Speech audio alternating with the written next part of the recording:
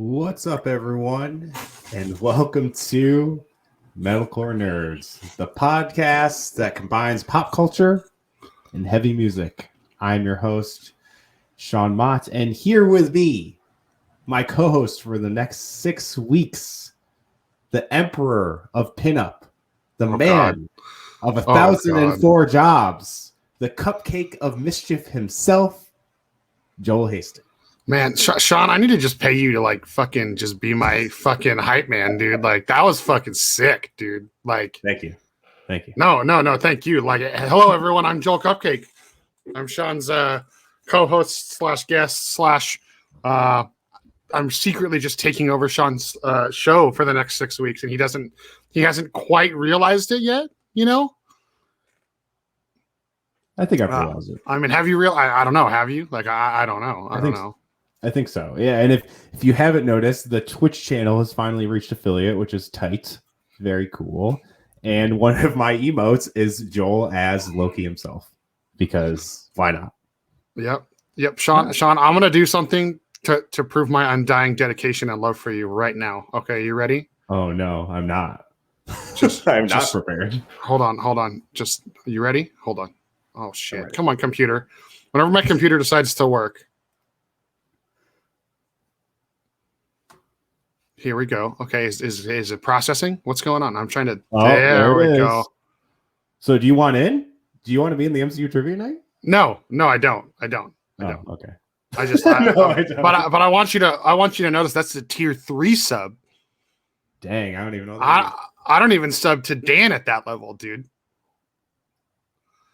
And him and I are literally connected at the butt, dude. You know what I mean? Yeah, definitely at the butt. Yeah. Yes, 100%. 100%. It's really hard for you guys to touch tips, but you guys make it work. Yeah. So on Twitch, the regulars, there's 3 tiers of subscriptions. Yeah, it's 3, right? Yeah. Yeah, and the third is the most expensive. Ooh, wow. Well, thank you, sir. So I'm spending my not hard-earned money on you. My not hard-earned money. You know exactly what I mean. I do. It's fine though. It's fine. But yes, speaking of Joel just being awesome and being the first sub to the Metalcore Nerds Twitch channel, the first 3 people that sub, other than Joel, because he said he doesn't want to be in it, are going to be a part of the next Metalcore Nerds MCU Trivia Night. And I'm doing at least 4 winners of the first 4, and then at least those 4 are going to face off to see who's going to be the champion. There we go. So, I mean, if you want to be, it's a prestigious title. MCU Trivia Champ? I mean, come on. I mean, yeah, you're not wrong, dude. I don't know if anyone else is watching now watched that show. I asked some pretty hard questions. So, and our last winner, Tyler Small, who was the co-host of the WandaVision After Show, killed it. He did very well. So, we'll see. I mean, that dude's very knowledgeable and he's pretty cute as well. So I'm not surprised that that's who won. You know, hard retweet there. Hard retweet on which part? No, I'm just kidding. All of it. I don't know. All of it. Fair. That's fair. But yes, we are here to talk about Loki. It just premiered yesterday, and the god of mischief, dude. My god of mischief himself. My Twitter namesake, dude. You know, yes. I've only changed my name on Twitter a few times. It's either been based around Lambgoat, The Rock, Chris Jericho, and now Loki. So, I mean, dude, that's how important and sick this show is, Sean. To me, hopefully our listeners and viewers, to other MCU nerds.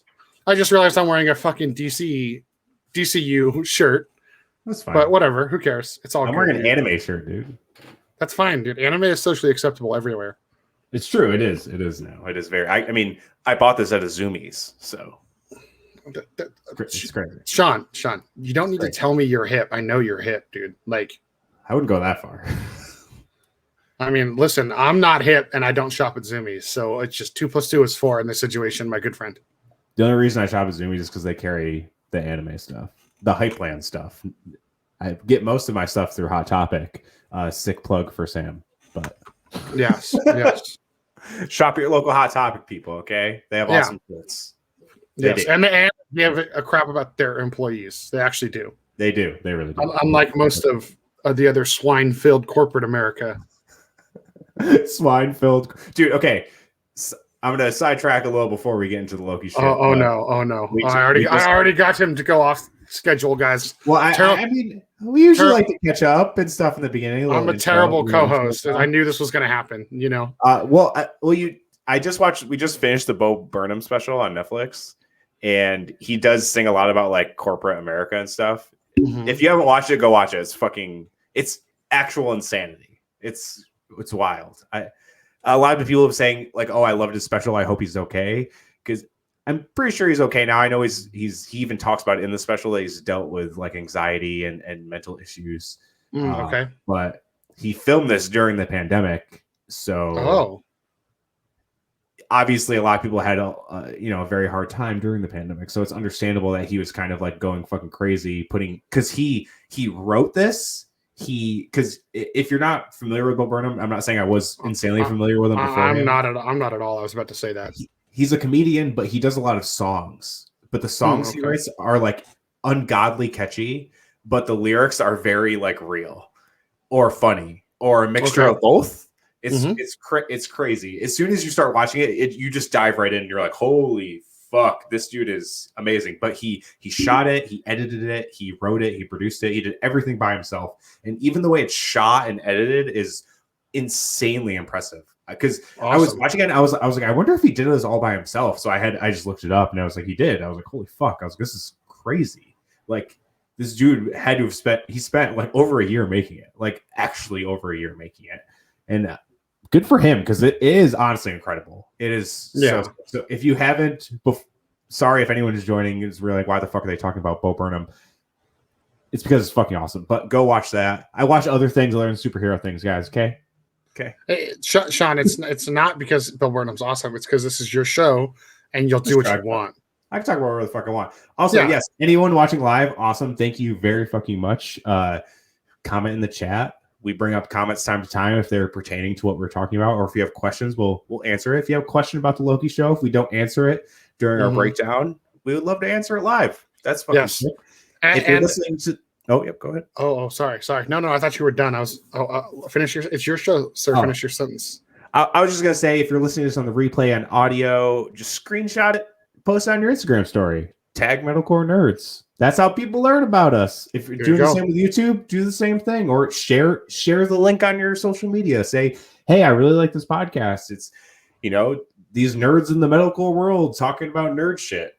It's cool. If you like nerd shit, you'll probably like it too. That's how this shit grows. And that's my main goal of this year, is to help grow it more. There's also a Facebook group, which Joel just invited a bunch of people to. So if you're coming to this from that, fuck yes. Thank you. As my friend Vincent Bennett from the Acacia Strain would say, thumbs up, thumbs up, thumbs up. Did you ever witness that era of the band, Sean?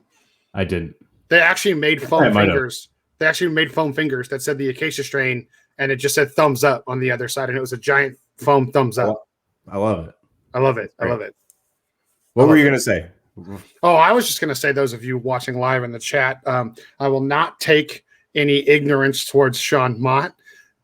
If you're going to come here and compliment looks, only compliment Sean, because he is leaps and bounds a Greek god compared to my chiseled exotic physique. You sipping on a Topo Chico there? Topo Chico, shout out Topo Chico USA. This is the tangerine flavor. It tastes like the those Jarritos drinks. If you know what I mean, you know what I mean. But just without the sugar. Oh, I think I don't want to say it's just a West Coast thing, Sean, but like they're Mexican sodas, and I believe they're uncaffeinated, but they just have a metric shit ton of sugar, obviously. But I think I've had like the Mexican Coke, and it's just that it has like for real ass sugar, and that's why it tastes so much better. Yeah, it's just so you're drinking literal poison, pretty much. Yeah. So there's a show, or it's not a show. Wow. So all the taquerias out here have this soda that they're just called Jarritos, like Jarritos, and they have like mandarin, lime. They have a bunch of crazy flavors, and they're fucking so good. They're like, you would love the sodas. They're delicious. But anyways, Tangerine Topo Chico, shout out Daniel Maston if you watch this. The Hell yeah, homie. shout out Tobo Chico. So before we get into spoiler territory, I wanted to do a quick non-spoiler thoughts of what we thought of episode 1, which is titled Glorious Purpose. It's very well titled for sure. We will get into that. But I want to hear your non-spoiler thoughts of the episode. It was fucking glorious, dude. Like like they named the episode aptly. Like it was literally glorious. Like, okay, let me say something. Like when people talk about the MCU, when you hear the word Avengers, and you hear, it revitalized Robert Downey Jr.'s career. Oh, Tom Holland came out of nowhere and is like the best Spider-Man we've ever had. Oh, like, you know, there's some people argue that they never should have switched War Machine actors. We're not going to get into that because I love Don Chi. You know what I mean? Yeah. But like, or should I say Donnie Chi? Let's call him Donnie Chi, you know? Sure. You know, but dude, Tom Hiddleston is like, I think he is more excited and absorbed in his role as Loki than any of them, maybe including RDJ. Like, we keep seeing more and more of these stories about how, like, well, first off, most people don't realize this. Tom Hiddleston is the executive producer of the show. Oh, yes. Yep. Yeah, so, but also, like, there's plenty of stories of, like, they hired Owen Wilson, and Owen Wilson was like, yeah, I want to be in the MCU. It's great. It'll be tight for my career. You know, it's good money. Like, yeah. He's a casual fan. He doesn't know anything, though. So, the first day on set, they spent an hour in Tom Hiddleston's trailer, and he was like, here's your Loki history lesson. So I would not have expected to have read that. You know what I mean? Yeah, so awesome. But he's so talented. He definitely doesn't age. He's like the only one of the actors that doesn't age. Like, true. Like, I don't know. I need Paul Rudd. Paul Rudd is actually ageless. Like Paul Rudd is not of this earth as far as I'm concerned, and I think most people listening will agree. Like, if you go watch Paul Rudd in Friends and you go watch Paul Rudd in Ant-Man, you're like, how is there 25 years between this? Like, it's fucking crazy. You know what I mean? So, like, yeah. Tom Hiddleston, if you watch this, give me your diet. Thank you. Here, I talked to B about my I talked to my friend about this. And it was someone's birthday, and they're like, oh, they just turned like 60 or something. And we're like, how is this person 60? They look like they're 30 or something. And I was like, well, this is the deal. They're rich and they can afford like all these crazy diets and personal trainers and shit like that we do not and will never have access to. And I was like, that is the difference here. Dude, I mean, I have trouble getting up at 9 a.m. in the morning, let alone working out. So, like, I get it, dude. I get it. You know, you guys all know in the group chat, like, you expect my morning fuckers text between a wide range of time frames in the morning. You know what I mean? Oh, yeah. Like, it could be early and it could be be late. We have predictions daily, pretty much. You literally do. I love waking up and seeing them. It doesn't even bother me at this point in time. We're like, yeah, Joel will be chiming in at any time now. yeah, exactly. But anyways, so non-spoiler reviews, like, I love the show. I think they did a really good job of, you know, we all have these expectations of what the show is going to be about, and I think right off the bat, like, they've already like triple swerved us, you know, like, and we'll explain that later, because to explain especially one of the primary 3 points I have in that, it would be a spoiler. But you know, as I said on the pre-show, I do think that the show is going to be a redemption arc for Loki, and without spoiling anything, redemption arc for Loki. They already started that, and in a way, I did not imagine. I did not imagine the way they did it. You know, like, I thought it was going to be, well, I don't want to talk about that. We'll talk about that later. But, you know, the episode, the film, the cinematography is great. I love the, like, futuristic past look of everything. Like, it still has that, like, gritty. It looks like it's in the 80s, but it's almost like early 90s, like when they had good technology but didn't know how to make it look good. That's kind of the way I feel about it. You know what I mean? Yeah. You know, like cough, cough, Star Wars prequels, cough, cough. You know what I mean? Like, stuff like that. You know what I mean? Or like, but I love the aesthetic. There you go. That's the word I'm looking for. I absolutely love the aesthetic. Tom Hiddleston does great. Owen Wilson, as far as I'm concerned, could just get paid money to talk to me in the most smart ass way for the rest of his life, and I'd be okay with that. Like his character is like intelligent, sarcastic, but also like badass as well. He's also like very endearing. Like thank you. He's kind of like a smart ass, but he's not calling you dumb either. You know what I mean? Yeah, he's like, come on. Like he's the friend that forces you to admit your flaws or be the best person, the best part of yourself. You know what I mean? And I love that, dude. Like it's legit, dude. It's fucking tight, man. Yeah, I agree with all of the sentiments you said. It's this show. It pretty much was everything I wanted it to be and more, because a couple of the first reactions that were like non-spoiler of some of the critics that saw it beforehand said that this lays out the rules of the multiverse, which I don't completely agree with, but we will get into that once we leave into spoilers. But I was gonna say you're jumping ahead, brother. I was like, it expands the MCU in a way that I would have not expected, maybe ever. And that part, the world building they do in just like 45 minutes is unreal. I agree. They pretty much fully explain to you this whole different world that we've never been, like shown at all. And they do a good job of taking anyone who might be a casual fan or isn't a psycho like me or you and watches all the trailers and then watches shit like New Rockstars and stuff like that. And they catch you up in a very good way.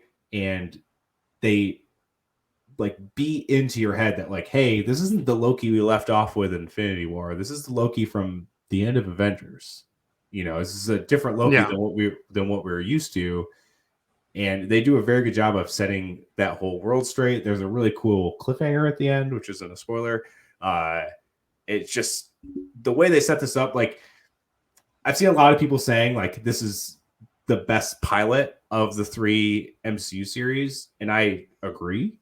I will actually also wholeheartedly agree, and part of the reason I love those shows. Yeah, I love those shows too. But I think like you said, like this show is the most separate. Sounds wrong, but like you could not have watched the 2 Thor movies and watched this and like get it. It'll catch you know what I mean? Yeah, it'll catch you up. But also like the story and the other characters are intriguing. Like let's be honest. Like what Falcon and Winter Soldier, I gave absolutely negative amounts of poops that Baron Zemo showed up.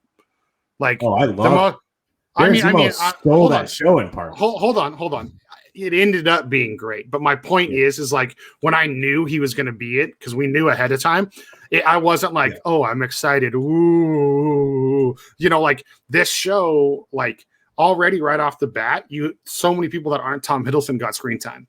So you're like they're building characters, the supporting cast a little bit better than I think the other shows did. No disrespect, just my opinion.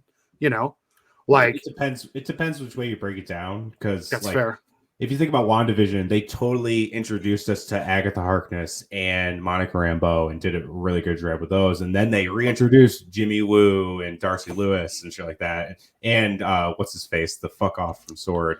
I think you misspoke there. Like I need you to use her proper name. You mean to say my wife? No, my wife.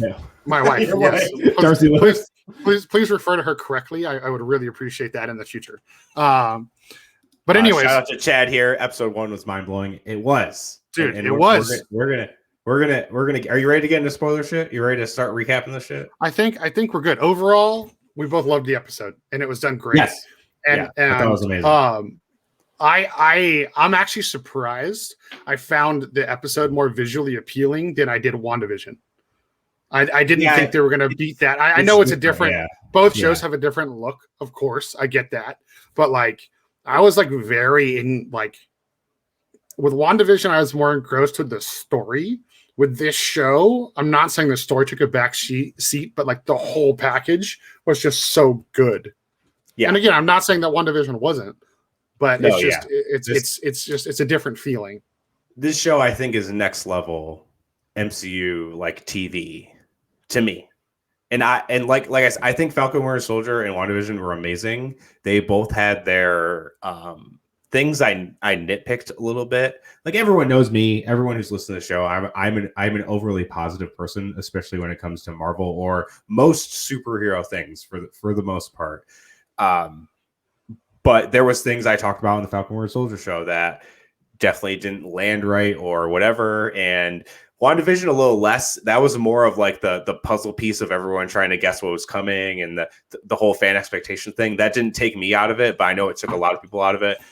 With this one, I feel like they're just like, okay, people were really stoked for this, and now people are still stoked for this because it's delivering, kind of thing. Yeah. Well, and the trailer for WandaVision was like, we know Wanda's story. You know, we know a lot of it, and I feel like especially once they did the teaser with Miss Minutes, you're officially like, okay, what the fuck is going on? Yeah. You know, like it has that little like I guess a lore is the right adjective, like without trying to sound smarter than I am. You know, that's what I say. There is some lore that we're about to get into, which I'm going to put in quotes that it's lore, which we'll get into. I have some theories. No shocker there. I've had a lot of theories. They'll probably be fucking wrong, but I got them. Yeah, I also have my own theory, and my best friend who I just added. I think I added him to your group. He just texted me a theory that I think both of us will be mind blown by. Okay, cool. I'm down for it. So, last warning, we're about to get into it. Spoiler warning for Loki episode 1. We are about to break this whole motherfucker down. I got it, Sean. I got it. Ladies and gentlemen, if you haven't watched the show yet, turn this the fuck off. Turn it off. Because we're going to get wild. It's about to get litty in here. And Sean Mott, look at that big ass smile. He's grinning ear to ear. So know it's I'm ready. It's I might have to go get a beer. That's all I have to say. All right, so episode 1, Glorious Purpose, jumps off right in 2012. It's the scene from Avengers, but this is straight from Avengers Endgame. Yes. Yes, so we see right where the show is going to pick off from, right when he gets the Tesseract, when they go back in time and fuck up and Hulk messes up Tony Stark's day. And it's funny because even the shots of him shapeshifting into Cap are different than the one in Endgame. Even the opening shot of when you see New York and it says 2012 New York City, even that shot is different from the one we see in Endgame. So we're already seeing little variance in like the scenery. Well, we also saw things that we didn't see, like the detailed scene of them getting in the elevator together. You didn't, and Avengers, you just see them walk in. You know, you see like basically the end of the scene really is, I'll have that drink now, and that's it. Yeah, yep. And you see a lot of that. You saw a lot of that in Endgame with like the Hulk thing. Yeah. No, I know, but what I'm saying is like there's more scenes specifically with Loki as well. Oh yeah, and that's what I'm smart ass in the elevator. Yes, like I loved that right off the bat. I was like, I'm loving it. I'm already like hook is in. You know what I mean? Like, yeah, exactly. So we see Loki. He goes to the portal with the Tesseract, and he winds up in the Mongolian desert, and he tries. Like again, this is 2012 Loki. You know, he thinks he's going to conquer the fucking world and be king of Midgard, and you know he's trying to talk to these Mongolian people. I have no idea what the fuck he's saying. Yeah, exactly. And then he sees the TVA show up through this portal, and he's like, right next to. He's like, never mind. I'll see you later. And he confronts them, saying like, "The Tesseract's mine. Get out of my way." And oh boy. Hunter B-15, who is played by Wunmi Masaku, who is from Lovecraft Country, if anyone watched that. She's also in a few episodes of Black Mirror, too. That's what I recognized her from. That. Recently, she was in Lovecraft Country. And she's also a badass. Oh, 1,000% a fucking badass.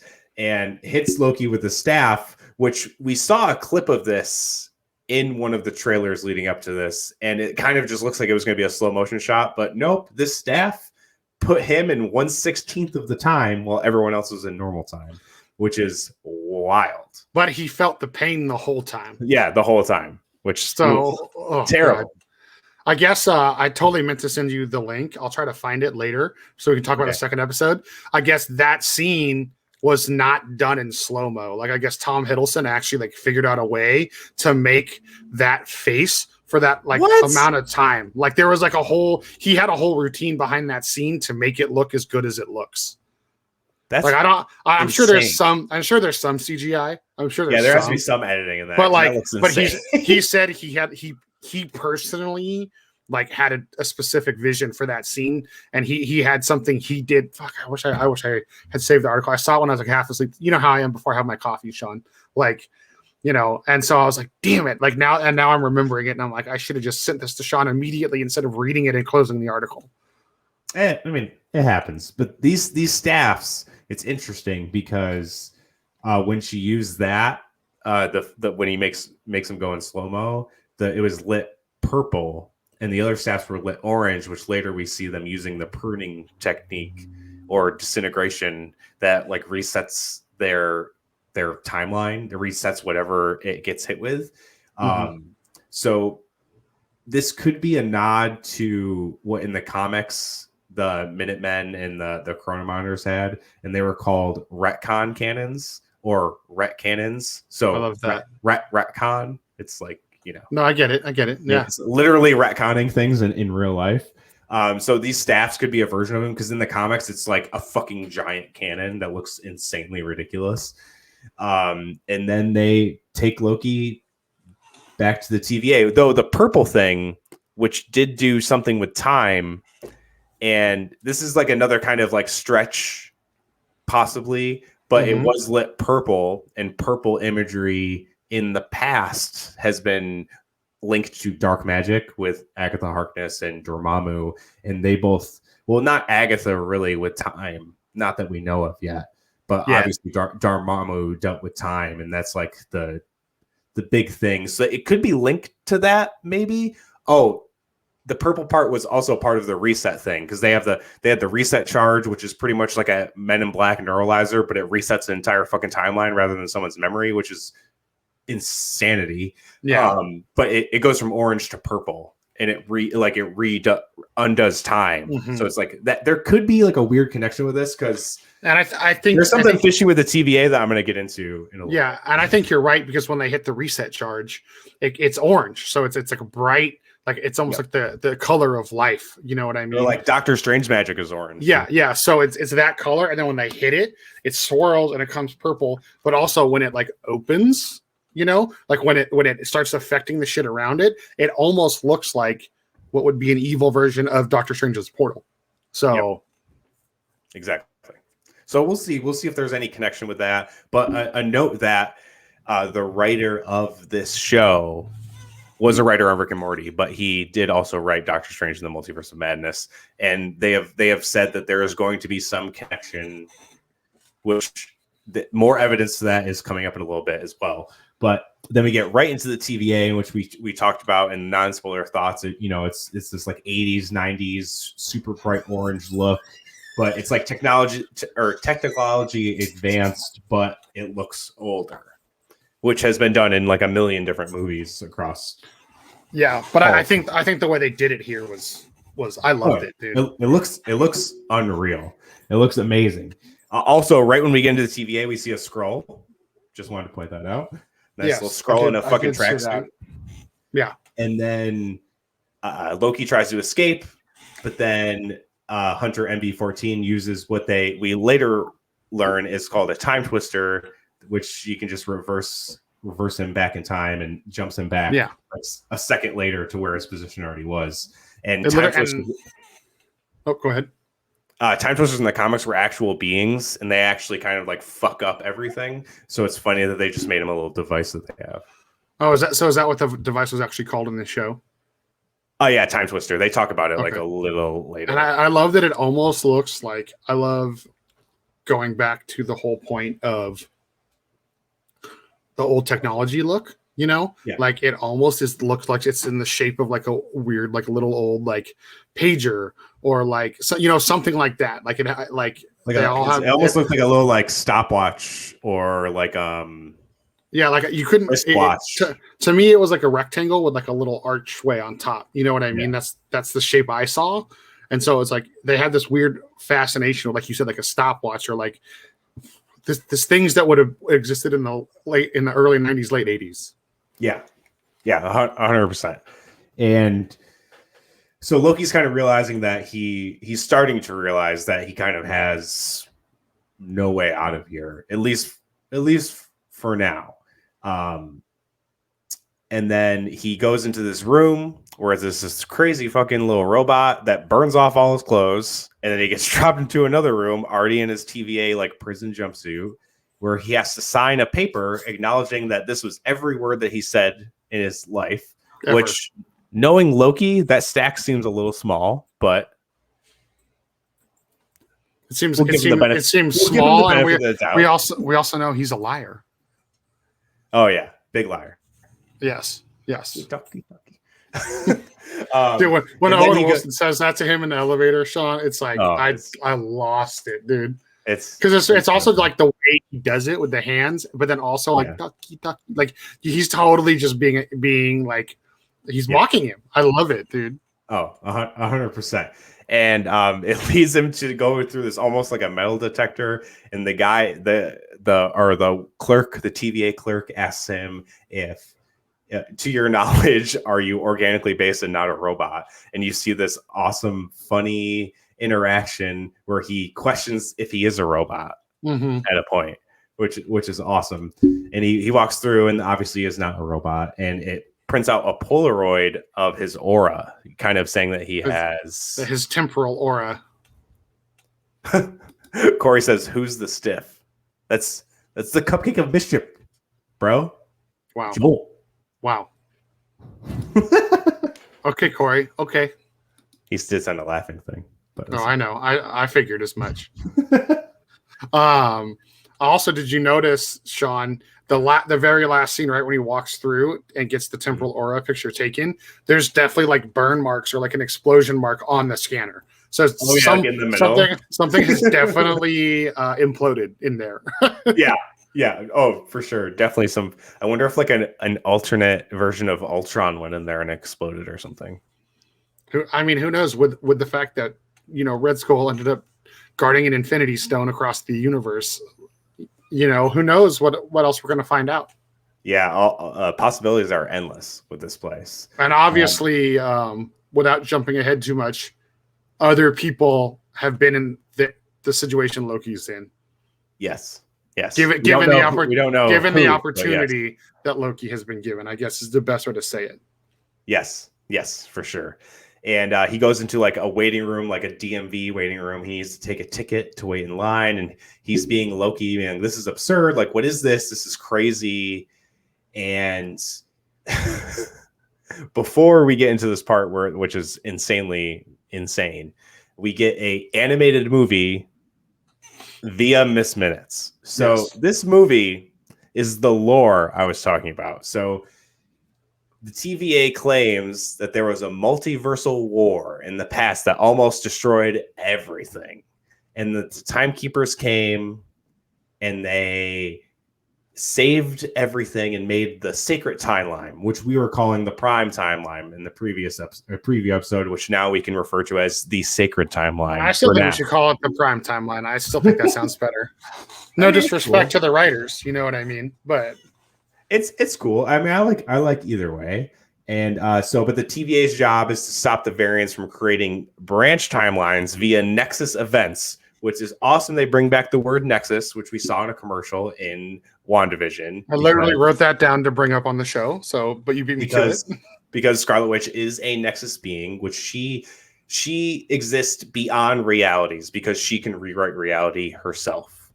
So that's a cool thing that they're starting to connect. I think it's going to be like a kind of like if there was a flow chart, it would kind of be like WandaVision, Loki, Doctor Strange with Spider-Man stuff in the middle.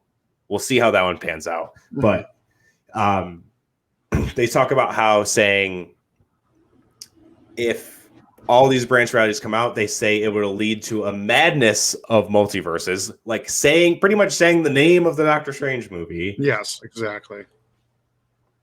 And saying it could lead to another multiverse war, which for anyone who's been chanting Secret Wars for the past since Endgame, you have. Yes, I definitely have, and it's my favorite Marvel comic arc or like comic event by far. I do think this is a setup for Secret Wars. I have seen some reports for some people saying, hey,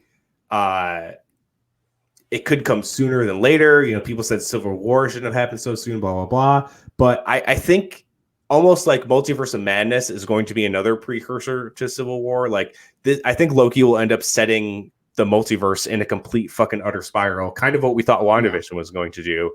And then like Spider-Man Far From Home and Doctor Strange is going to be dealing with that. And I don't think they'll actually rectify it in the movie. It'll kind of just make it more stable. And then it can lead to a Secret Wars, because you can't have, I mean, the multiverse war and it crashing into a single multiverse is the outcome of Secret Wars. But without the Fantastic Four and Doom being insanely established, you can't do Secret Wars unless you do it with different characters, which I guess is possible. But not having God Doom is a crime. Yeah. Well, and that's what I was about to say is like, you know, some people argued that Civil War was too soon. I don't think it was too soon. I just think I could have definitely used another movie prior. And I also I understand we're missing characters, like you said, which is why that's actually why it worked. But like, because I read the comics, the Civil War comics, and I thought that would have been a much more prevalent issue than just like barely mentioning the Sokovia Accords. And then it really just comes down to like, you know, Bucky killed Tony's dad. You know what I mean? You're missing a lot of important details of Civil War. I am, but I'm just saying though, they didn't have time. I think the reason a lot of people are complaining and saying there should have been more before, there wasn't enough to set up, like to get the Civil War that we might have all read in the comics. So I still think what they did is good. At the end of the day, I think it's good. So the real cool, did almost a better job than the comics, because the comics kind of get totally undone anyway. It's like if they would have done the Infinity Gauntlet storyline for Infinity War. It's like the dumbest storyline ever, because everything just gets undone. Okay. Like, you know, because I feel like people totally underestimate the weight of what Civil War did for the MCU, because no one won. Exactly. Zemo won, which is crazy. So what I was going to say, would not be anything if Civil War didn't happen. It would be nothing. So as far as weight goes, that's my only thing. Okay, listen, let's be honest, Sean. Like, okay, I get it. You're right. Zemo won. You know, the reveal is that nobody wins and Bucky killed Tony's parents. Okay, I'm sorry, but the turning point in the comics is when Reed Richards clones Thor, and Thor, the clone of Thor, kills one of the other Avengers. I'm sorry, that would have been a much more like holy shit moment than what we got. But that being said, I'm still trying to back up Civil War. You didn't really let me finish. I think they did a good job. But where I'm going with when pertaining to what you brought up is, are they going to do a longer build this time? Or are we going to get the next big team up right after Multiverse and Marvels? You know what I mean? Like, that's the real question. It kind of, because Thor is like, people are labeling Thor 4 as like the next Avengers movie in a way. But we would have already known what it is. Like, movies are announced for the next 4 years. Exactly. You know what I mean? So it's like, we don't even know when the next Avengers movie is going to be. We have no idea. Yeah. It's probably not going to be for 4 or 5 years. I actually don't think we're getting a movie necessarily. Like, I think it's going to be 3 main groups of characters having their stories told. And I actually would not be surprised if they use Disney Plus to do a West Coast Avengers series. Maybe. I feel like a new event. I feel like their whole Thunderbolts arc has to come to fruition, and then a new Avengers thing. Because I think Young Avengers is happening before New Avengers or West Coast Avengers or anything. I agree with you. They kind of need to come back together, because everyone's all spread out. Like, Spider-Man's fucking running on the run. Doctor Strange is going to be dealing with the multiverse. Wanda is fucking studying the Darkhold, about to fucking go absolutely insane. Everyone else is in fucking space. There's no one here. Well, besides Bucky and Sam. But they're also technically still Sam hasn't even been acknowledged by the government, and so he's technically not Captain America to the government. I think by the end he was. That was the whole point. There's that whole issue too. I think he's been acknowledged at this point. Okay, well, you're right, but you know, he was kind of like, I'm Captain America, deal with it. And they were like, fair. Okay. Yeah. So you're right. They are all split up, you know, and it's my question is, are we going to get Young Avengers? And they're kind of like, they take their directives from Sam. You know what I mean? Because I know in the comics, Sam gets the whole weight of like, I shouldn't be leading. Like, this isn't my, I can be Captain America, but why should I can't lead the team. Like, I'm a person with flaws. I remember that's part of the whole story arc in the comics. So is that going to happen again? So, because like I'm down for the Young Avengers, but like, is it just they get back together and fail, and that inspires the regular Avengers to reform? You know what I mean? Like, it depends. I mean, we're gonna really have to wait for Ant-Man to see how it goes. Yeah, we all know that like that's the catalyst, and then I also think like as far as like who's the next big bad and all that stuff, I really think Black Panther 2 is going to fill the void, like with them introducing Namor and like. Supposedly, and is he an anti-hero or a hero? Are we getting Doom showing? You know, like I think the big question really is like, how does Multiverse of Madness end, and like what actually happens in Doctor Strange or in Black Panther 2? Because we all know that Thor: Love and Thunder, yeah, they're all going to be in it, but it's like, are we seeing the end of Thor? You know, are we seeing, you know, that half that movie is going to be a buddy cop movie between fucking Star-Lord and Thor anyways. You know what I mean? Like, which I'm here for. Like, their banter is hilarious, you know. That's great. Yeah. Like, but I don't know. Anyways, continue. We got a little off subject there, but a little bit. It's still in the MCU. I think world. the shows are really filling in I like what they're doing with all the Disney Plus shows, because it really means like we all sit here and think, well, we're not going to get another Avengers movie for 5 years, but they are filling in a lot of stuff. Oh, you know? I just like everyone's like, oh, when's the next team up? Who's the next big bad? And it's like, yo, just enjoy the ride. Like what's going on right now. I agree. That's more of what I'm saying, more than like, I'm not worried about when it's happening because we have so much content ahead of us. Like I said this in the WandaVision, because everyone is expecting WandaVision to be this crazy, like mind blowing, like sets up everything. And I was like, yo, that's like the first thing in a new saga. You know what I mean? Like, this is called the Multiverse Saga. There's no way the multiverse is going to end at Doctor Strange, which happens in 6 months from now. Like, there's no way it's just going to go away. You can clip me on this. I think everyone keeps forgetting something coming, something that's coming.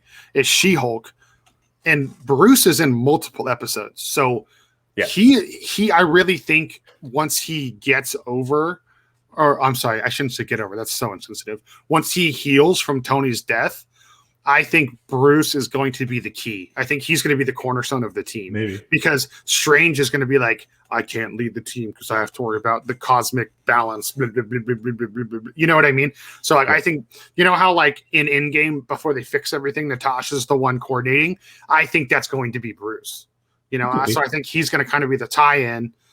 And I'm so excited for that show. But I think once we see, because that'll be the last. Besides Ant-Man, that'll be the last original Avenger that we see appear in something that's announced. You know what I mean? Yeah. You know, we'll see. So I think once Bruce is reintroduced to the timeline or the storytelling that's going on, I think that's when we'll get a real better understanding of, is the team together or not technically. I mean, like I said, we'll move on from this, but there is no team. That's the point. Everyone's dead or gone. You know, that's what I mean by the whole Avengers thing. There is no team. Well, and I think the other thing a lot of viewers aren't and watchers and listeners aren't paying attention to is we're only like 6 weeks after Endgame still technically. Well, this is it. I mean, no time exists in this. No, I'm saying Falcon and Soldier was like 6 months after. And, 6 months. Okay. I don't know why I thought it was 6 weeks, but Far From Home was also farther too. It was like 9 months after or something. Oh, it was 9. Okay. Okay, never mind. Something like that, because like Endgame ends in October and then Far From Home was July of 2024. Okay. So it's like, and this is perfect. Like, I mean, people need to say how much of build-up Thanos had, how long it took before he was actually a villain in a movie. I love it. Exactly. And we don't even know who the next villain's going to be. So, or maybe we do. Maybe they have already been introduced. Yeah, I don't know. The one thing I wanted to say about this animated video, and we gotta get to moving, but one of them looked a lot like Jonathan Majors, who is playing Kang. And I have more to think about this. I have more thoughts on this a little later on. But then we go back to Loki, and he sees another prisoner who can't find his ticket, and then he gets disintegrated with the staff, which they call pruning later on in the episode. And Loki digs for his ticket and brings it out. Now he's like, I love that. Like the panic on his face, and he's like, oh shit. Yeah, he's like, oh, this is real. Yeah. Before we end this next part, shout out to Chad for subscribing to the channel. Thank you, my friend. Chad, the homie. I'm gonna hit you up later, see if you want to be part of trivia night. I feel like you could do pretty well. So we now meet Agent Mobius in France in 1594. Agent Mobius is obviously played by Owen Wilson, which we've talked about before, and he is investigating a scene where a bunch of dead Minutemen are throughout this cathedral. He sees a kid. He walks over for more information. They're standing in front of a stained glass window. That's a picture of you, Sean. It's a picture of you. It is. So it has the devil, which everyone is going to scream Mephisto, which I have now been claimed as Metalcore Mephisto, but it is not. I know everyone's skeptical about the director saying, hey, Mephisto's not going to be in this. But if you read the article more, they go more into it, saying the kid, they're like, Owen Wilson asks who did this, and the kid points to the picture of the devil. But the devil means, which we later figure out, that the person killing all these people is a variant of Loki. And Loki always wears the helmet with the horns. Yes, he is, and he fell from heaven, Asgard. Like, he is personified as a devil. It was more imagery for Loki, not for Mephisto. There will be more on Metalcore Mephisto, hopefully next week. I'm working on some cool things. Hopefully we'll be able to talk about it next week. So. I want to reinforce Sean's point. A lot of you don't realize that China is the second biggest market for these movies, and China will not show American films that have a depiction of the devil in it. So it's going to be a very long time, I truly believe, until we get Mephisto. And even if they do show him, he's just going to look like a man with a tail, probably. Maybe. We'll see. So there's also everyone. I feel like everyone keeps forgetting that because, but they've already pissed off China with like Shang-Chi and stuff like that. So I don't know. I guess that's fair. We'll see. Wait, they got mad about that? What did they get? Never mind. It's a big dumb thing. Corey brings up so much what they're saying about who they're looking for sounded like Kang. It does, but they do kind of reveal who it is. I have more thoughts about Kang. We're going to get to that. So again, yes, this isn't Devil. I don't think Mephisto is coming. We can hop off the Mephisto train until next week when I reveal my awesome Mephisto news. But it doesn't have to do with the series. So sorry, guys. We get to Loki's trial. And Gugu Mbathu Raw plays Judge Renslayer, who is trying Loki for his time crimes. Renslayer in the comics has a love interest with Kang. Just going to point that out there. Loki thinks that the Avengers should be up for trial because he noticed that they traveled in time, but it's funny because he thinks it's to stop him in the future, which is hilarious that he is so arrogant at this point that he thinks they needed to stop him in the future, that he was the one they were fighting against and not Thanos. I loved that. Like that scene where he's thinking that they're going after him. The scene when he's like in the little booth trying to use his powers and just being denied. like I love, he is like, for a character he hasn't played in almost 10 years. Like he just slipped right back into being arrogant Loki. I loved it, dude. Yeah. It's so great because he does feel just like he just stepped right out of that movie, just like he did in the show. You know what I mean? He does a very, very good job at that. So Renslayer, he also mentions that who could miss two Tony Starks with that cologne, which is hilarious because Ant-Man does mention that in Endgame. They're like, what is that, Axe? And he goes, yeah, I have a bottle up in the tower or something, which is just a funny but I do love that Loki was aware that they time traveled. So Renslayer said this was supposed to happen, which it's part of keeping the sacred timeline intact, which this is where things get very, very interesting and brought up a bunch of questions in my brain, because I've had in-depth conversations about how time travel works in Endgame and what did what and all shit like that. So this kind of clears up a few things, like probably Thanos going from 2014 into 2023 probably was supposed to happen. The same thing with them traveling back in time to get the stones to stop Thanos, I'm guessing was supposed to happen. But there is a few outliers that really kind of go against this sacred timeline. Agreed. So Gamora, a variant of Gamora, is running around in the sacred timeline. Is that supposed to happen? Like, the Russo brothers said Cap going back in time to being with Peggy created a branch timeline. Now, either they're retconning what the Russos said and kind of explaining it within the MCU, which is a possibility, that Cap could have coexisted in the same timeline. Like, you know, him and Peggy could have grew old in this timeline as they rewatched everything happen, which would be crazy for Cap to have to do. Or there is more than the sacred timeline, because in Doctor Strange, they talk about multiverse. They say multiverse. The Ancient One talks about the multiverse. So the multiverse exists. Mm-hmm. Or you would think, wouldn't the Ancient One know about that? So there's something, and even the animated like commercial that explains the multiversal war, it's like pretty much a propaganda piece. Yes. Because even at the bottom, it's like, this is brought to you by the Time of Aaron's, like, whatever. You know, like, they control the narrative there completely. Mm-hmm. Obviously, they're a super powerful, which we even find out more about later on. This is a very powerful place for sure. There's no denying that. They definitely have some powers with that kind of stuff. But this whole sacred timeline thing, I think, and even them saying like, oh, yeah, there's more variants. So they're kind of already confirming that there's other branch timelines. I know they kind of do the reset thing and that like they have the meter, but even the meter, it's like the smallest little thing almost sets it into the red. So it's crazy that like all of these things can be at peace at once. That's kind of a little fishy to me. So the one timekeeper looking like Kang, this all could be a total flip from the comics, which the MCU is completely known for. That what if Kang is one of the timekeepers? Like, what if all three timekeepers are versions of Kang? There's a council of Kangs in the comics. They could all be different versions, because Kang is a time god. Different forms of him can exist in any point in time. Well, so what I was about to say is that, you know, you bring up, you know, Sorcerer Supreme, you bring up, she mentions, she has this whole talk with Bruce, and then Bruce goes, we'll put him back and fix it. But Bruce knew nothing about Cap staying. But if you think about this whole situation, Strange knew Cap would stay.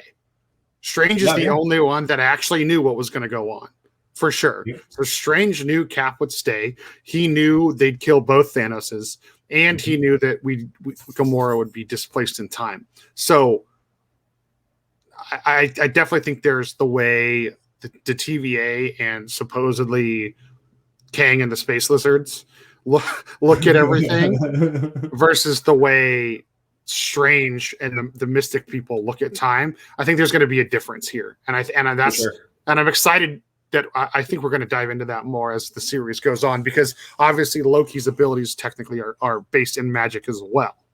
Corey, I did kind of go over this, Corey. He said that the Avengers were supposed to happen, so that means Cap going back was supposed to happen. The only reason I'm saying no is because, and like I said, this could be proven wrong within the show, but the Russos clearly said that him going back created a branch reality using the rules of their show. Because I was talking to a couple of their friends about this, and they're like, oh, what if they didn't plan ahead? And I'm like, Feige has the next 10 years planned. There's no way this was not planned.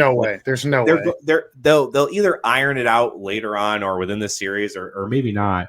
But I do think we'll get a clarification of like, oh, did that create a separate timeline? Or like these things that, because a few things like it ironed out a few things that could have created a branch timeline. Yes. There's another big thing that we're about to get into is that when the Ancient One was describing the flow of time, she was saying when an Infinity Stone gets displaced, like what Loki did. Loki left with Space Stone, and that's what created a branch timeline.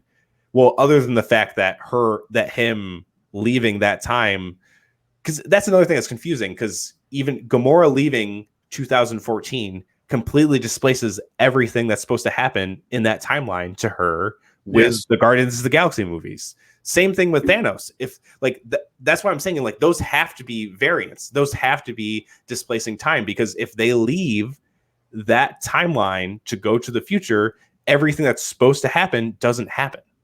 Yeah, well, and it's also like she's implying that the variant is the stones leaving, so powerful objects leaving. She doesn't even mention people. So that's what I'm saying. Maybe the Sorcerer Supreme and the Mystic people have a different correlation, because it could be like on our world, you know, the real world that we live in, how like some people have the whole theory of energy. Like, so maybe there has to be a balance of powerful objects, and that's the way the sorcerers look at it.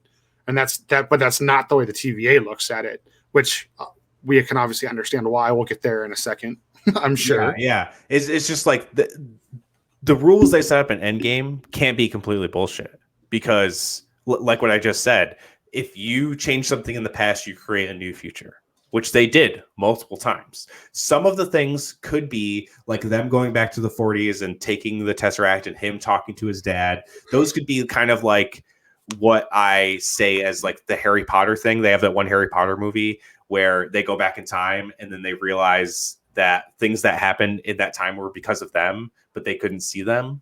Stuff like that. Stuff like that happens. Like little blips, but not problems.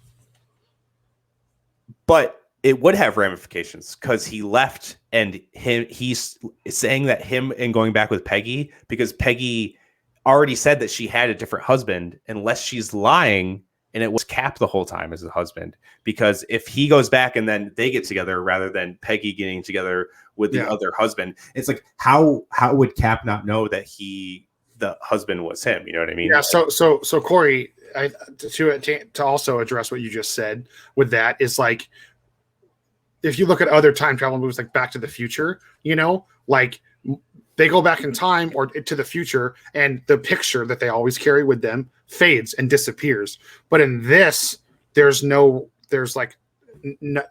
in Falcon and Winter Soldier or WandaVision or thus far in Loki has there been a mention or the acknowledgement that like Cap went back in time and did all these things. Like, you know what I mean? So that's how we know, in my opinion, that he created his own branch, because even if Cap, my point is the prime timeline is still the same, and there's no acknowledgement of like what he, you know what I mean? Like, so him staying and him and Peggy starting a life is their own timeline. You get what I said? He did show up in the main, but if we take Cap out of this, Gamora still traveled from 2014. So did Thanos, and that would offset their whole timeline of life because of what happens in every other movie that they're in. That would have taken them out of their timeline and created a new timeline, regardless. Yeah, like you said, if you change the past, you create a new future. So either way, it would those would create branch timelines in their old timelines. Yeah, and that's what I'm saying. That's what I'm saying is I'm trying to reinforce your point, because Cap. I was saying that to Corey. Okay, yeah. Cap going back and staying just creates new futures in the old timelines, but doesn't affect the main one. So it's the opposite of how Back to the Future. It's the opposite of how we're trained to think about time travel as nerds. Yeah, exactly. Basically, Joey's confused. No shock there. Just kidding, Joey. Yeah. But I love your band, Joey. I love your band. Good. But like I was just saying, if you take Cap completely out of it, there's still examples that there would be other branch timelines from what happened in the movie with the rules that they set up in the own movie. That's all. That's why I was totally agreeing with what you were saying. Just to say to Corey, hey, if Cap was completely taken out of the scenario, let's see. Perhaps because of the act of Thanos coming to the future was supposed to happen, for being there as the fact, but that would completely negate what happens in what's supposed to happen with them. If Thanos leaves in 2014, he doesn't go and collect the stones. He doesn't end up being in Guardians of the Galaxy. Same with Gamora. The Guardians never form.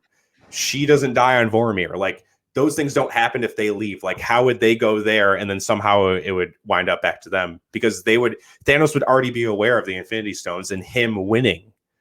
So that would completely defeat the whole purpose of Infinity War. You know what I mean? Like, those have to create branch timelines in their past. It has to. And my main thing with this sacred timeline, I know we're off subject. I'm really sorry, but you bring up the branch timelines. Like you said, Gamora's there, right? Which means Gamora's not on Vormir, which means there was no soul for a soul situation. Right. There was none of it. Like, Guardians 1 didn't even happen. You know? Well, that's a technicality. You're right. But what I'm saying is, in the prime timeline, that means Thanos got the stone without dropping a soul off, which means there has to be a cosmic repercussion for that as well that we don't know about. Oh, yeah. Joey's saying they won't undo that. They definitely won't undo the movie stuff. I'm not saying that. There's no way. That's why I'm saying this. It has to be. They have to follow the own rules of what they're having. Yeah. Well, Joey, bring that up when we get to the end, when we talk about theories, because the theory that one of my best friends texted me has to do with that, and that I want to share with Sean. But I want to finish the episode recap before we get there. All right. So Owen Wilson saves Loki from getting pruned, pretty much.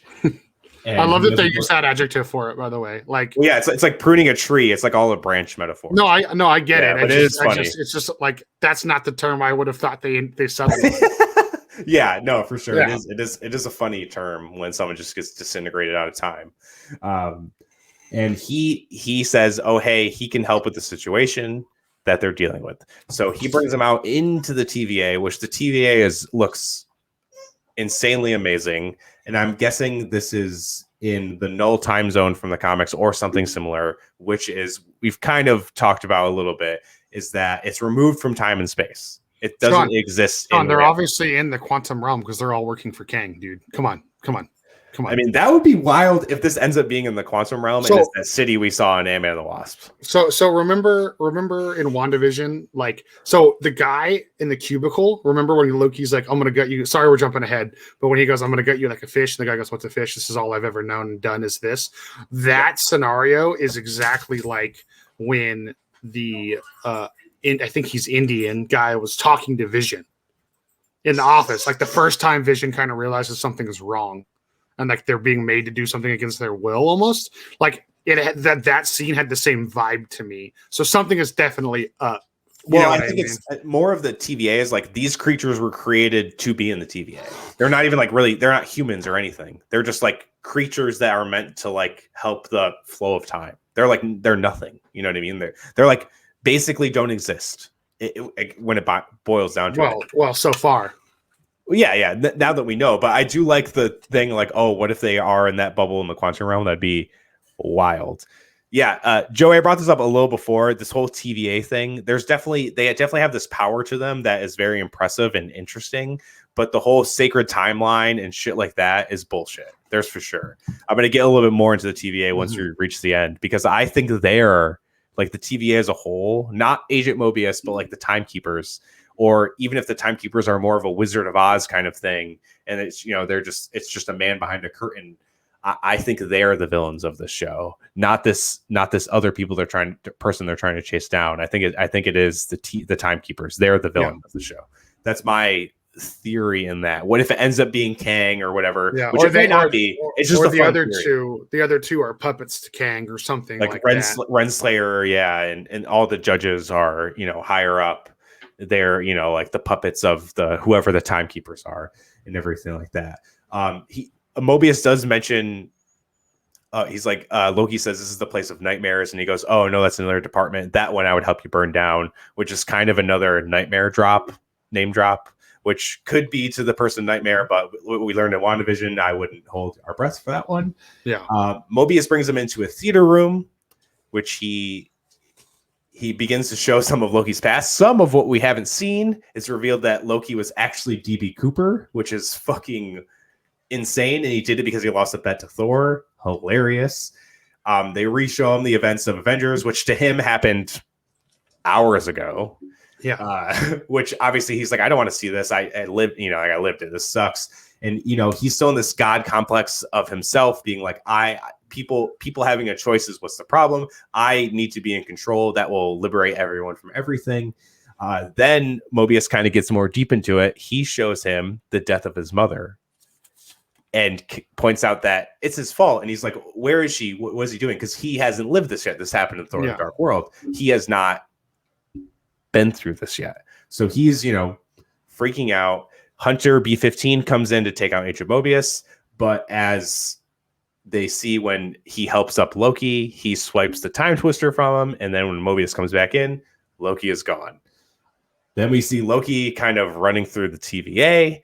Which I loved, by the way. I thought that was like that whole scene, great. Like it was like quirky. Like I loved it. It's so quirky. Yeah, a lot of the show, it's like it's these.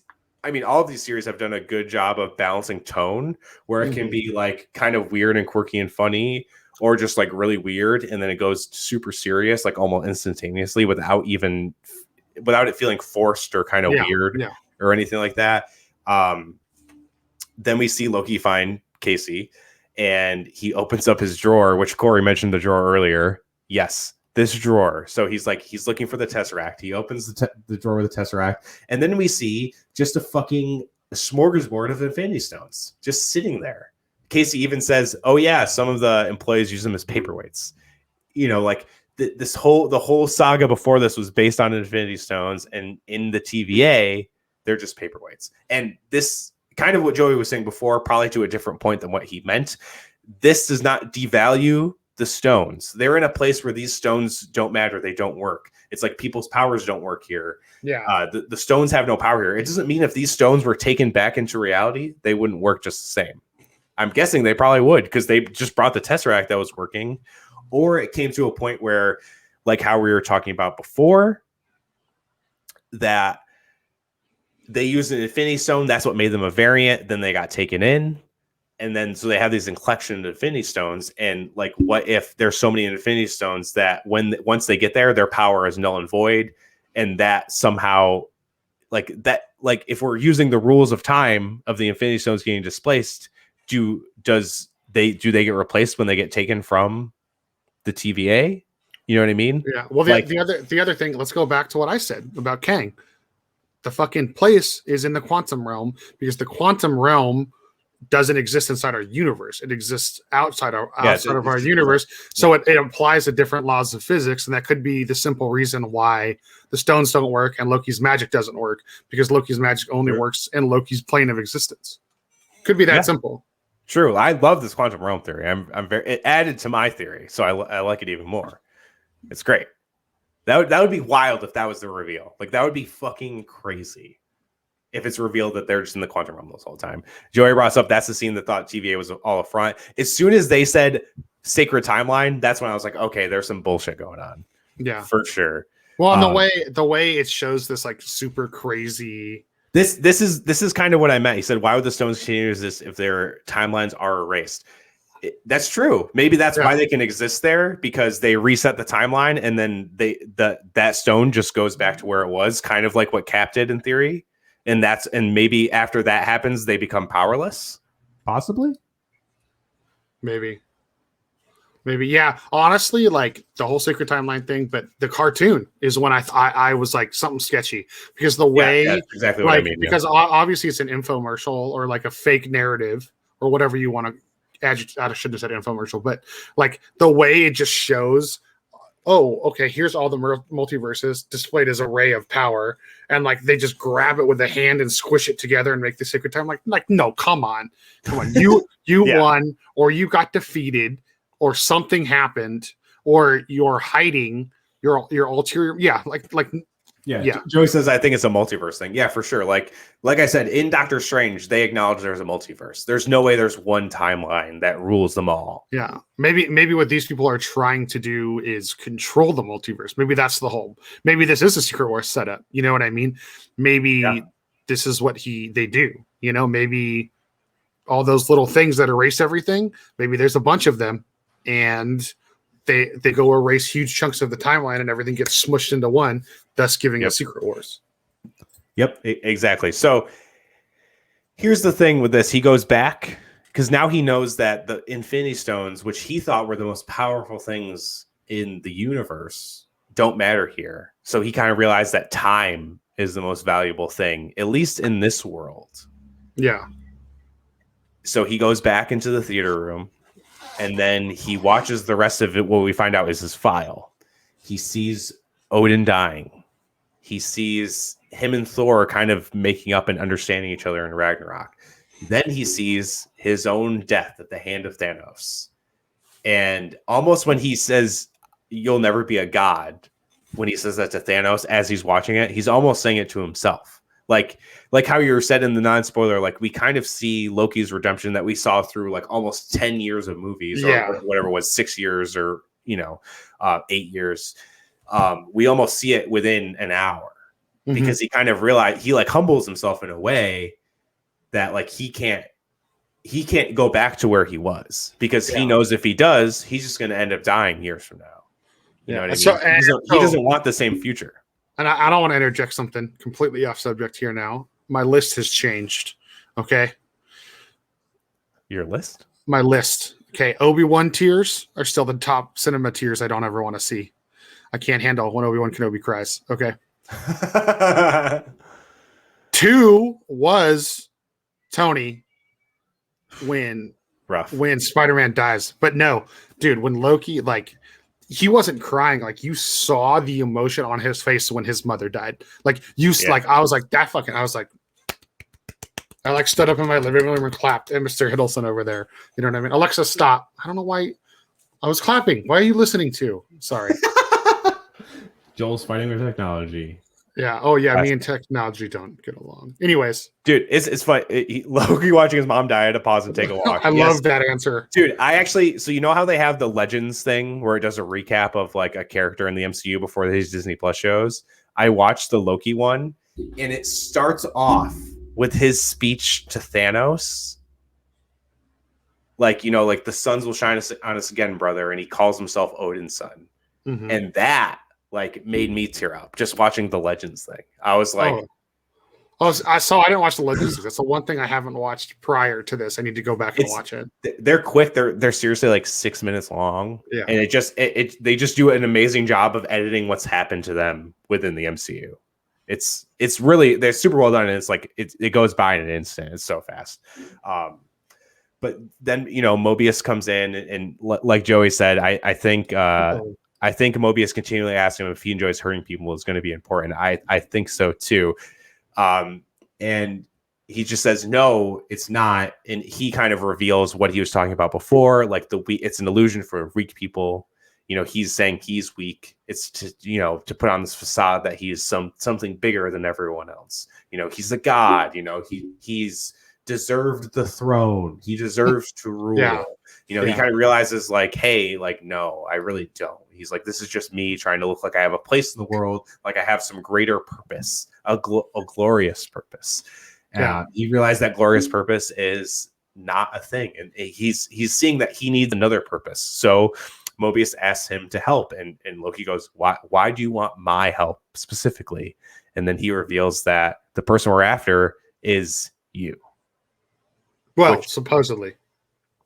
I think it is. Sophia DiMartino has been cast in this, and everyone has speculated she's going to be Lady Loki. So I think the hooded figure that we see at this end scene where the devil that the kid pointed out earlier is literally, burns a fucking group of Minutemen and steals another one of the reset charges. I am interested to see what he or she wants to do with these reset charges. But the whole thing with Loki, he's a shapeshifter. He can be whatever he wants. He can be whatever gender he wants. He can be whatever creature he wants, species. He can be anything. He can be anything he wants. The whole Lady Loki thing in the comics is really complicated, and they're definitely not going to do it the same way here. It's after Ragnarok. Like all the Asgardian souls were like floating in the earth, and they made a new body for Lady Sif, and then Loki got into Lady Sif's new body, and that's how Lady Loki became a thing. Definitely not going to do a like thing. I think it's going to be a variant thing or a multiverse thing. That's another thing where it's like, how are all these variants of Loki? Unless it's from different parts of time, I think it's just a multiverse thing. Well, I think he was Loki Prime. So what I think he isn't even Loki Prime. Well, hold on. Let me finish. You know what I mean? Let me get there. So he is technically Loki Prime. He's not, but he technically is right now because the other Loki Prime. So I think when Loki Prime dies in Endgame, and then this Loki steals the Tesseract, I think it creates all the other Lokis, and the one that's doing all this stuff. I think the Loki that's doing all this stuff is not a bad person. I think they're actually trying to fix something. But I think the painting, I think the picture that's going to be painted is this Loki is going to try to destroy your way of life, Loki that we're talking to. Yeah. But then that's really the flip flop. And I don't think Mobius is a bad guy at all. I actually think he's just the blind follower. Job. Yeah, exactly. Yeah, but the one thing, this is where the time travel thing kind of gets confusing with years, because even though that happened in Endgame, him leaving happens in 2012. Yes. You know what I mean? So he can't be Prime Loki at all. Like he is a variant Loki. Okay. Because Prime Loki got his. This is what my friend texted me that I was going to segue to. Basically, he's saying when Loki says that whole "the suns will shine us upon us again, my brother," that's actually that's actually code. So Thor knows what that means. And I think that the Loki I don't think that. My friend thinks that the Loki that dies in Endgame is the same Loki, and he learned about all this. And when he gets back, he tells Thor, I know my time is going to come one day, and it's destined, and it has to be for a reason. And that code is like, this is the moment I leave you, brother. Like, you know, I think that's what my friend is saying, and I kind of get I get the theory behind it, like that. So basically, eventually he'll end up going and reliving the death. Yeah. So basically, he solves. So I think what's going to happen, based on my friend's suggestion of this theory, is basically this is the same Loki. At the end of the series, he dismantles the TVA. We reveal that Kang is really the villain. He goes into hiding, and as a reward, Mobius or whoever ends up being the good guy rewards Loki by returning him, but saying, you can't act like you know any of this. So, and then he just ends up dying the way he dies. So he still is Prime Loki, technically. I don't mind it, but I think he's going to live far beyond this series. So that's why I said it's my friend's theory, because I still think this is just a way to reinsert Loki in general. So I do think I agree with you. I agree with you ultimately. I do like that is a really cool theory. That he ends up realizing it's like a triple redemption arc, because he redeems himself in Ragnarok and Infinity War, and then kind of starts to redeem himself in the show, and then ultimately redeems himself by being like, I know this has to happen, so I'm going to let it happen. Yeah, well, rewatching all the Thor movies, the redemption arc is kind of whack, because they just do it on if you break it down, I know I'm skipping a lot, Sean, but if you just break it down, they do it on the whole, like, Thor loves me no matter what, and now I'm suddenly a good person. That's a very, very, very basic generalization, but maybe there is more to the story. Maybe this happened. As Jimmy would say, that's a bit of an oversimplification, but yes. Yes, exactly. So maybe that's why all of a sudden we did get good guy Loki, is because he knows what happens, and he knows it's his destiny. Because obviously time is the power. Time is the power. Loki is now going to be the only other person that we know of, because we haven't technically met Kang yet, that we know of besides Doctor Strange, who understands time. So that already makes him extremely powerful to the whole universe and situation. Joey mentioned they're going to set it up so Loki manipulates everything for him to get back to Prime. But I feel like the whole point of this episode was to the point that he can't go back there because he knows he's going to die. Yeah. And maybe that's what he wants. I don't know. That would kind of go with Joel's friend's theory. Yeah, that's what my friend's theory is like he'd rather go back and live it out and serve his glorious purpose. Nice. So Nice. yes. Okay. Did you have another theory My theory before we wrap this episode 1 up? My theory is definitely okay. Like, there's definitely something with the kid pointing to the stained glass window. The hooded figure remaining hooded doesn't reveal. Even when the hand picks up the charge, you don't see anything that looks like Asgardian armor. You don't see anything that really signifies a gender. You know what I mean? Right. Again, like, what if Mobius is the one being manipulated and Loki, because he is the god of mischief? What if Loki? This whole story is Loki saving Mobius. What if that's the whole story, and maybe Mobius suddenly becomes, I don't know, like who freaking knows? But a lot of things I'm seeing on the internet are pointing to maybe the stones aren't gone. So who exists in the comics to handle that? The Infinity Watch. So what if Mobius becomes the leader helps found the Infinity Watch? You never know. You know what I mean? Maybe. I just think they're going to move away from the stones, at least for a long time. They might come back to it eventually. You can still have the watch, though. It's basically just the Avengers in space. You know what I mean? Maybe. You could still do it. You also have to keep in mind they keep telling us we're getting Nova, but how are they going to introduce him? Are we going to get him in Marvels? Maybe he comes in this, because technically Thanos probably Guardians 3. I would hope, but Thanos used the Power Stone to destroy the planet. So, there's just so much that could go on. I think the main key is that she's taking the time bombs. I'm going to call them time bombs. Yeah, that's the point where it's like I said, I don't really, it's most like all these other series. I don't really know where it's fully going. I just have the fun theory of the Kang thing. It would be a cool twist from the comics that he ends up being behind the TVA. He does help the TVA in the comics at some point, but for all intents and purposes, he's kind of the mortal enemy of the TVA because he does exactly what they're set out to protect. Yeah. He just fucks with everything. Yeah. Well, my response to you on that is the scene where the field's on fire, the staff thing that's in the ground, when they scan the temporal signature, it says the 31st century, which is where Kang is from. Well, the 31st century is technically now. It's hundreds of years past now, but it still could include now, because the end of like the whatever century before like ends like 2020 or something, or the 2000s. So fair.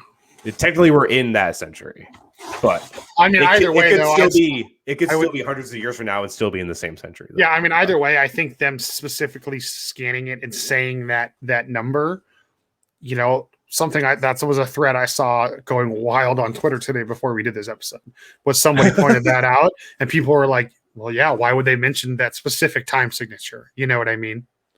Well, the thing with Kang is that he's from all time at this point. You know what I mean? Like he's completely controls time.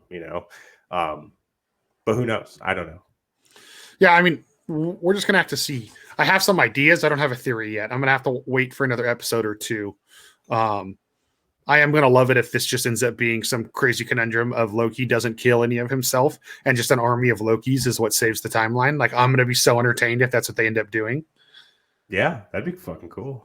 I would say the only thing I was disappointed about, and I get why it couldn't happen, is I wanted to see some Loki dagger action in the first episode, because I love how he just materializes them and just fucks everybody up. But I understand the next episode. Yeah. Oh yeah. Because they're gonna send him on like an assignment or something next. You know what I mean? Yeah. Like, they're gonna start the chase next week. There it is. That's the way to say it. What's your overarching theory for all this, Sean? It's really just it's just the Kang thing. That Kang is actually one of the timekeepers, or maybe all of the timekeepers. My biggest theory is that this whole sacred timeline is a nonsense, and the TVA is not as it seems. But I do love that you said the quantum realm thing, because that adds to the Kang thing. Because that's been a big speculation that Kang lives in the quantum realm, and that whole city we saw in the back of Ant-Man and the Wasp could be his like stronghold of time, which would make sense because they already established the quantum realm. That's how you use time travel, is through the quantum realm. So what better place than to have your fucking time empire is in the quantum realm? And I'm going to build on that, because so they're saying the Infinity Stones don't work, but they're still being collected. Kang's just collecting all the powerful artifacts from the different times and multiverses to try to rule them all, maybe. Maybe. Yeah, it's possible. I still don't understand the neutralization of them. That's the part that's confusing me. That erases them from history. Like pruning erases you because that's like the whole point. It's like resetting you into where you're supposed to be. That's at least that's how they sort of explained it. Is that anything that got pruned or reset, just it brings it back to their sacred timeline. It just erases it from where it is. But Loki wasn't pruned, and neither was the Tesseract. Which means the Tesseract he brought the Tesseract. Yeah, right. No, they brought it with them. Remember, it'd be different if they just left it. But they reset. The thing is, they reset the timeline that Loki was in, so that would make the Tesseract null and void in that timeline. I guess. Yeah, it would make that Loki null and void in that timeline too. This is hilarious because I think we're both going to be completely wrong, and by the 6th episode, that we're going to be like, "Wow, we read that wrong." I mean, dude, probably. I just love speculating. So yeah, but yeah, I loved. The Joe, we don't know if it still exists because they live in a pocket that doesn't exist to time. They're in a pocket reality. Like I was saying, these people don't even really exist that we know of. They could. This could literally all just be something in Loki's brain too. We haven't even, don't go that far. We haven't even gotten off the deep end. We're like, that's too far. This could just all be one giant manipulation. The other thing is it could be an evil Loki that's just pulling the strings. We don't know. We're never gonna know. I think that's too far. That's too far for me. Listen, dude, it was Mephisto. Okay. Oh, don't go down that rabbit hole. I don't want to be there. Sorry, it's Dormammu, Sean. Oh, hey, that was a good theory. Okay. I'm saying if they're murking timeline variants, the things from the variant shouldn't continue to exist. And I agree with you, Joey, but that's why I'm saying they're being collected for a reason. They don't exist in the reality. If they exist in the TVA, it doesn't mean they exist anywhere else. Well, that's the rules. We don't know the rules of the TVA. That's the hard part. We don't know if them being there doesn't exist. Because if they get pruned or whatever, they don't exist past from the point of variation. Not in the timeline. Because that's why they reset it. Because that erases it from that timeline. Yeah. But it existing in the TVA is a completely different question. Because we don't know the rules in the TVA of existing at all. We don't know that. Well, and in one of the teasers, you definitely see a scene where Loki is using his daggers in the TVA. In one of the trailers. They hand them to him. Yeah, but so that's the weird part. But technically his daggers, he always materializes them. So think about that. So maybe there is a way to turn off all that stuff not working in the building. That's what we're being duped in some way, shape, or form. For sure. I think we can both agree on that, right, Sean? Yes. The TVA is a front for something, for sure. Yes. Okay, here's what Joey says again. If things can exist from destroyed variants past the point in this pocket dimension, does that mean they can work in the allowed timelines? That's another thing. We don't know how. We talked about that a little earlier too. Like, what if, say, Loki touched the time stone? Like, what if he pocketed that time stone and goes into reality? Can he use that time stone? I don't know. That's like the thing we don't know. We're gonna find out. That's the thing. We don't know the rules of the TVA, so it's hard to like. Does it make it null and void? Does it not? Well, and the other thing to keep in mind, especially this is what Joel said. Like, this is a great scam to create variants and keep treasures. Yes, exactly. And that is possible. The other thing we're all forgetting is that was it Agent 51? You said, right? Is her name? Oh, B15. B15. Hunter B15. She implies that Mobius has done this before. Oh yeah, with a different variant. So the variant they're chasing could be this variant. Exactly, but we don't know that. So what did that variant do? How are they chasing? How are they undetectable? If the variant found a way, I'm keep saying she because now I'm hooked on your stupid Lady Loki idea. It's in my brain, it's ingrained. I can't. What if the person they're chasing somehow figured out a way to do what Joey just said? She or he or they have taken the time stone and the Tesseract and are just pocketing throughout all the multiverse because they figured out a way to make it work. Yeah, it's very possible. Very, very possible.